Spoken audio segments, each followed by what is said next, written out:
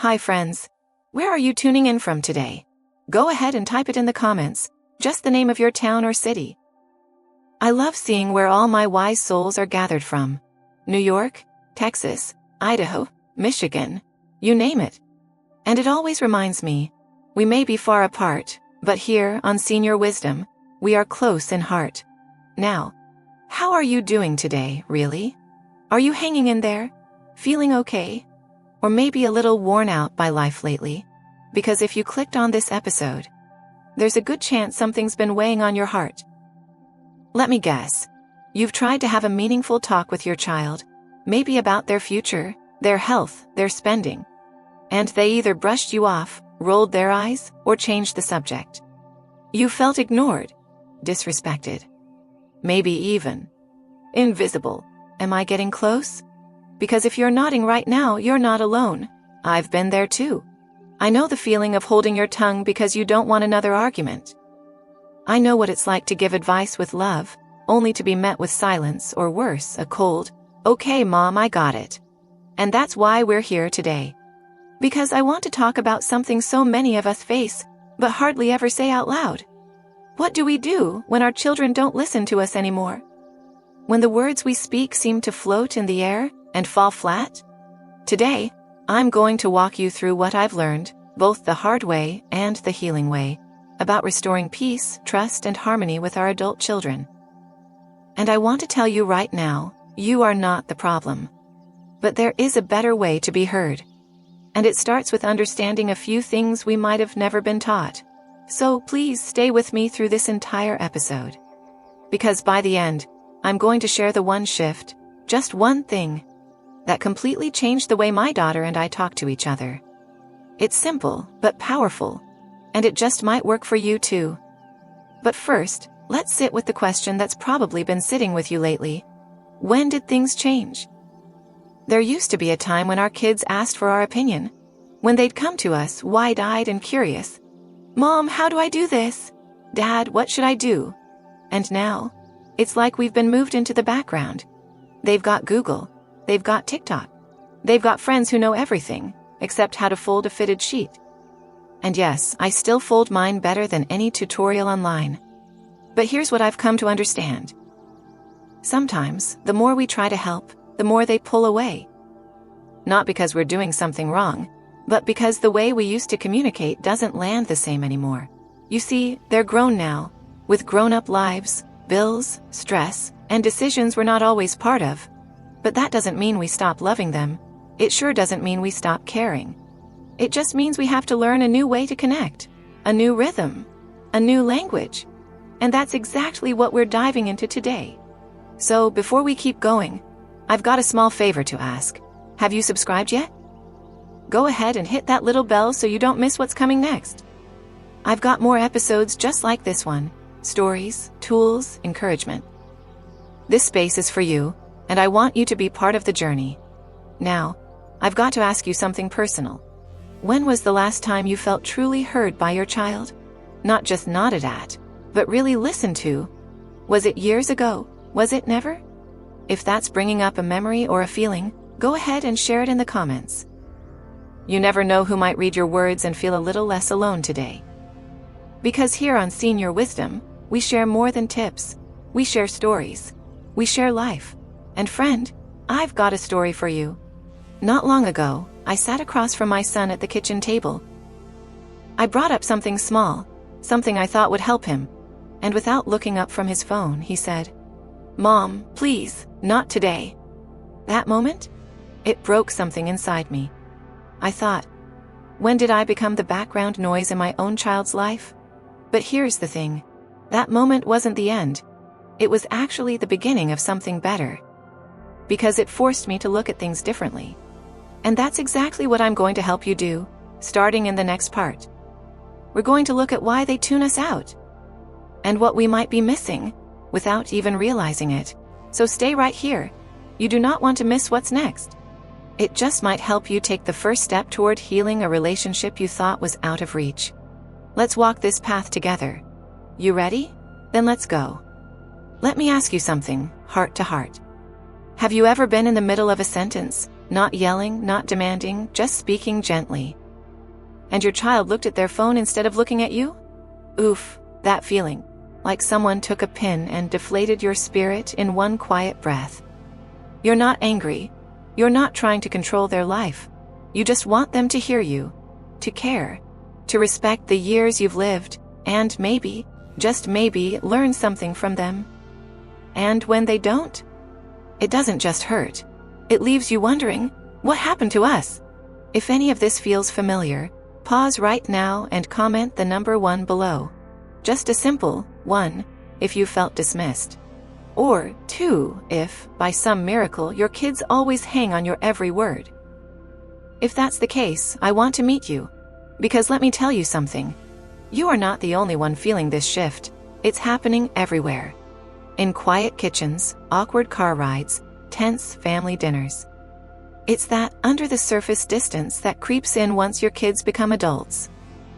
They love us. They really do. But somehow, somewhere along the way, they stopped listening. Now, I want to say something that might surprise you. It's not always because they don't care. Sometimes it's because they think they already know what we're going to say. They've built this automatic filter. Oh, here comes another speech about money. Another reminder about calling more often. Another back in my day story. And believe me, I get it. I've done it too. I've led with advice, with warnings, with, you shoulds. Because that's what I thought good parents do. We try to protect, we try to guide. But here's the truth I had to swallow. Guidance that isn't asked for, often isn't heard. I remember one afternoon when I visited my daughter. She was juggling laundry, her toddler, and a work call. And there I was, sitting on her couch, saying, "You know, you really need to take better care of yourself. You look exhausted." She froze, turned to me and said, "Mom, I don't need a critic right now. I need a hug." Phew. That hit me like a thunderclap. Because I wasn't trying to criticize. I was trying to love her. But what she heard was judgment. You see, friends, this is where so many of us get stuck. We're trying to love them in the language we know, but they've grown up speaking something different. And if we want to be heard, truly heard, we have to learn their language too. That doesn't mean we stop being who we are. It means we become more intentional, more aware. Because as much as we want them to grow and change, we've still got some growing to do too. And that's a beautiful thing. Quick pause here. Have you subscribed to this channel yet? If not, go ahead and click that little bell right now. This journey we're on, it doesn't stop here. And I'd love for you to be part of the whole conversation, not just this one. Now let's keep going. There's something I read recently on Psychology Today that really stuck with me. It said that when parents try to stay involved in their adult children's lives, the relationship only thrives when both sides feel respected. Let me say that again, not loved, respected. And respect at their age often means giving them space to make mistakes, to live through consequences, to grow without us stepping in every time. That's hard. I know it is. Because as parents, our instinct is to fix, to protect, to say, "Honey, you're going down the wrong road." But sometimes we have to step back and let the road teach them. And when they fall, we'll still be there, with open arms and know, "I told you so." That is love. That is power. That is wisdom. Now, I want to ask you something else. What's one moment in the last year where you felt your child wasn't listening? Can you picture it? The words you said? The look on their face? The silence after? If it's something you're comfortable sharing, drop it in the comments below. No judgment here, just honesty and connection. You never know. Someone else may be going through the same thing right now, this week. And your story could make them feel seen. Let me tell you this. Just because our kids don't always listen with their ears, doesn't mean they don't carry our words in their hearts. I've seen it. Years after a hard conversation, my son once told me, "Mom, I didn't get it then, but I remember what you said, and now, I do." So don't give up hope. Don't think your voice has vanished. It hasn't. It just needs a new rhythm, a new timing, a little space to breathe. And I'm going to help you find that rhythm. Because in the next part of this episode, I'm going to walk you through 6 powerful shifts you can start using right away to rebuild the connection and open those ears and hearts back up again. These aren't just ideas. These are lived experiences, stories from my life. And maybe yours too. So keep listening. Because if you've been feeling unheard, you're about to find your voice again. Let's go there together. All right, friend. Now that we've talked about why our adult kids might tune us out, let's talk about how we can bring them back in. Because here's what I want you to hear loud and clear. It's not too late. Not too late to be heard. Not too late to reconnect. Not too late to bring more peace into your family. But it's going to take something powerful. Not louder words, not longer talks, but something quieter, something deeper. And I want to share 6 simple shifts that have worked wonders in my own life. Not just for me, but for people just like you who wrote in after struggling for years. Let's take them one by one. But before we begin, if you've made it this far, thank you. And hey, have you subscribed yet? Tap that little bell right now so you don't miss what's coming next. We've got so much more to share here on Senior Wisdom, and I'd love for you to be a part of every single moment. Now, let's get to it. The first shift is this. Listen more, fix less. I know, it sounds so simple, maybe even too simple. But for many of us, this is the hardest thing to do. Because we've spent decades as problem solvers. We fixed scraped knees, broken hearts, bounced checks, and job rejections. And now, watching our kids struggle, we want to step in. But here's what I learned. Sometimes the most powerful way to show love is to let them speak and just hold space. No opinions, no advice. Just, tell me more. Try that next time. Just those 3 words. Tell me more. The second shift. Pick your moments.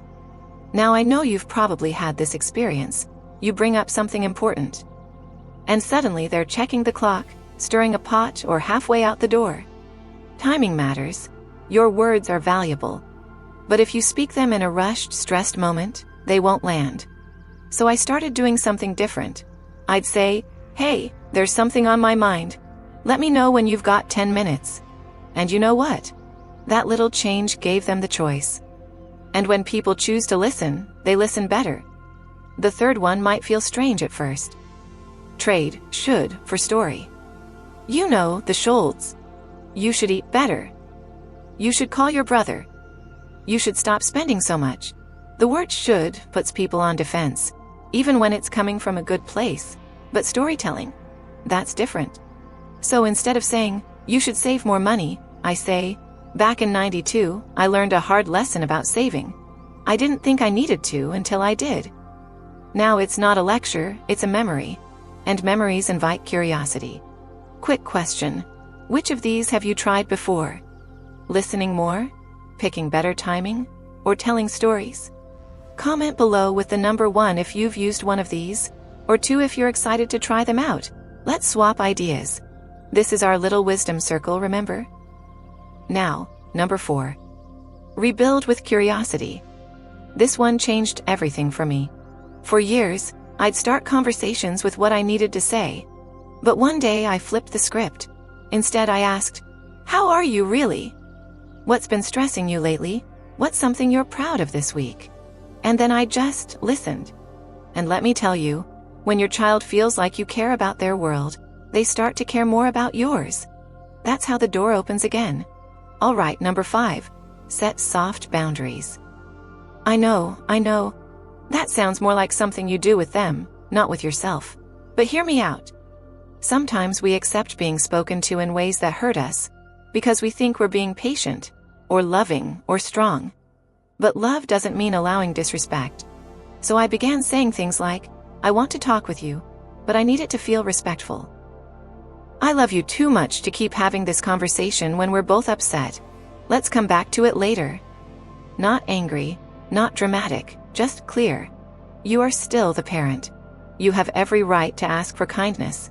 And last but so important, speak their language. Now, I'm not talking about texting with emojis, though I've learned a few. I'm talking about knowing what feels good to them. Some of our kids want short, direct conversations. Others open up better over lunch, or during a walk, or in a quick phone call. And you know what? One of my children prefers to process things through email. And you'd better believe I learned how to hit reply all with love. When we stop pushing for our way and start noticing their way, communication flows. Now, I know I just gave you a lot to think about. So let's slow it down for a moment. Take a breath with me, right here, right now. Which of these 6 shifts speaks to you the most? Drop the number in the comments. 1 for listen more, 2 for pick your moments, 3 for tell stories, 4 for lead with curiosity, 5 for gentle boundaries, 6 for speak their language. And if you're feeling brave, share which one you think will be the hardest to try. I'll be reading. I always do. You've come this far, and that tells me something. You care. You want better. And I promise you, these shifts, practiced over time, can change everything. But I also know, some of you might be thinking, Emily, what if it's already too late? Maybe the silence has gone on too long. Maybe the hurt is too deep. I've been there. And in the next part, we're going to talk about exactly that, so don't go anywhere. If your heart's been carrying regret, or distance, or a broken relationship, so, what if it's too late? What if the calls have stopped coming? The visits are fewer, or maybe haven't happened in years? What if your child won't even answer the phone anymore? If that's where you are, first, I just want to say, I see you. And more importantly, I feel you. You're not imagining the ache. You're not being dramatic. You're a parent, with a heart that still beats in rhythm with a child who feels far away. Let's take a breath together. This isn't the easiest part of our conversation, but sometimes it's the most important, because whether the silence has lasted a few days or a few decades, it still stings. It still makes you wonder, did I fail? Did I say something that can't be unsaid? Is there still time to fix this? And friend, let me tell you something I believe with all my heart. It is never too late for love to reach across a gap. I want to share a story with you. Not one from the news or a study, but from my own life. My oldest son and I didn't speak for nearly 10 months. 10 months of birthdays, holidays, quiet Sundays. We had a disagreement. It started small, but pride got in the way. I said things I regretted. He did too. And for a long time, the silence between us felt louder than any argument we'd ever had. But one morning, I sat at my kitchen table, and instead of replaying what went wrong, I just picked up a pen, and I wrote him a letter, nothing fancy, just a page from the heart.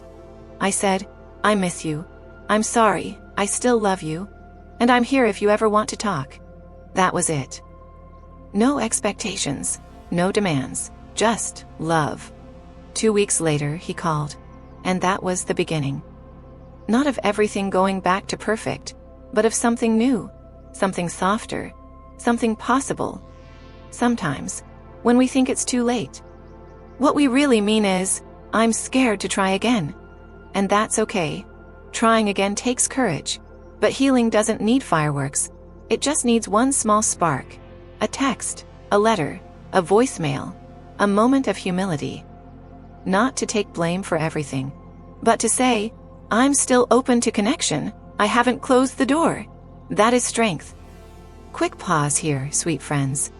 If this part of today's episode is resonating with you, please take a moment to leave a comment. You can just say, I'm here, or share a bit of your story, whatever feels right.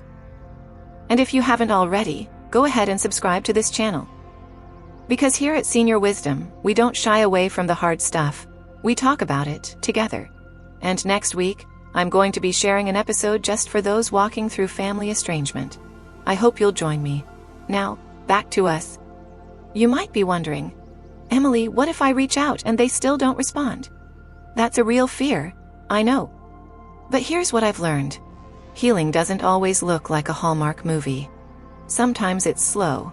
Sometimes it's quiet. Sometimes it never happens exactly the way we imagined. But that doesn't mean it's meaningless. Because the act of offering love, the choice to be soft instead of bitter, changes you. It brings peace to your spirit. even if they never say a word back. And sometimes, that peace is the miracle. Let me ask you something gently. Is there someone you wish you could say just one thing to? Just one honest sentence. Not a lecture, not a guilt trip. Just truth, wrapped in love. If so, what would it be? You don't have to post it publicly if you're not ready.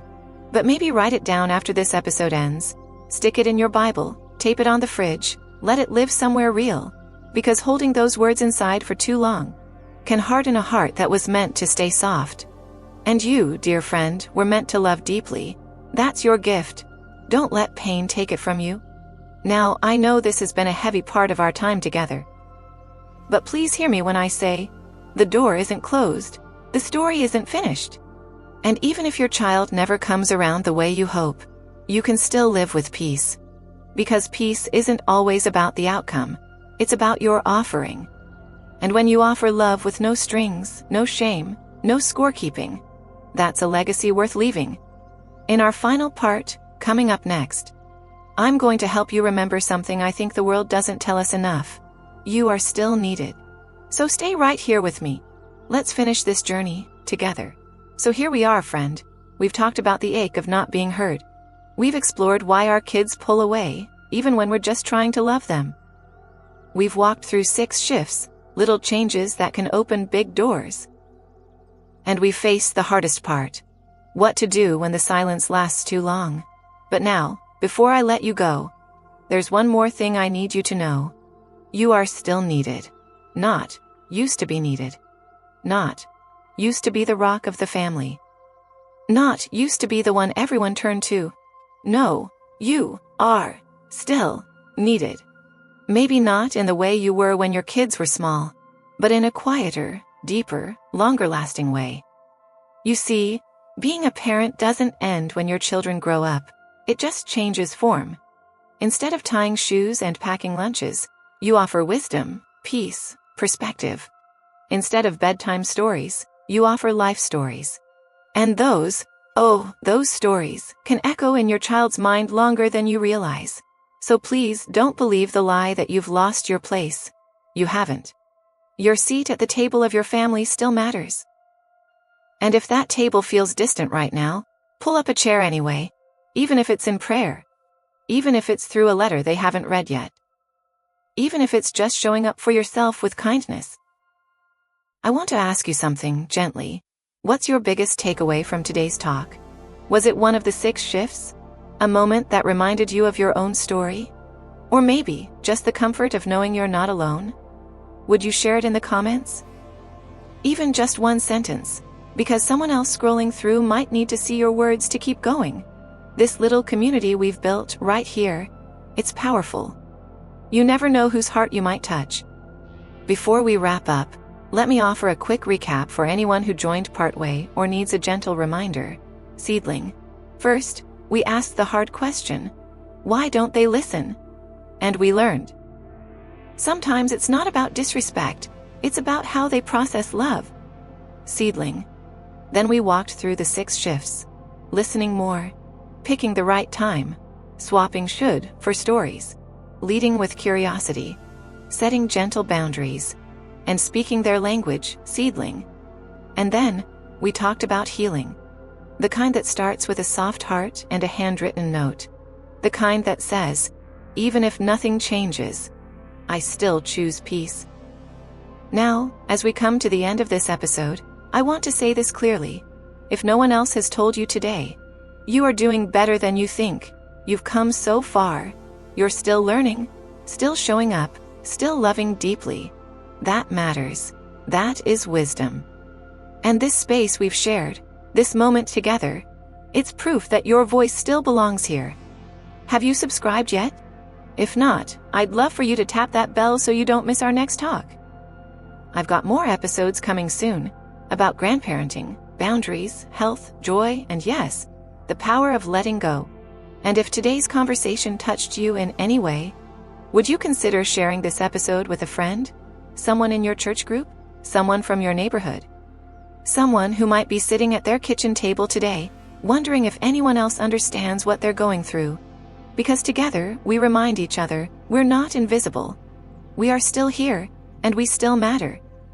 From my heart to yours, thank you for spending your time with me today.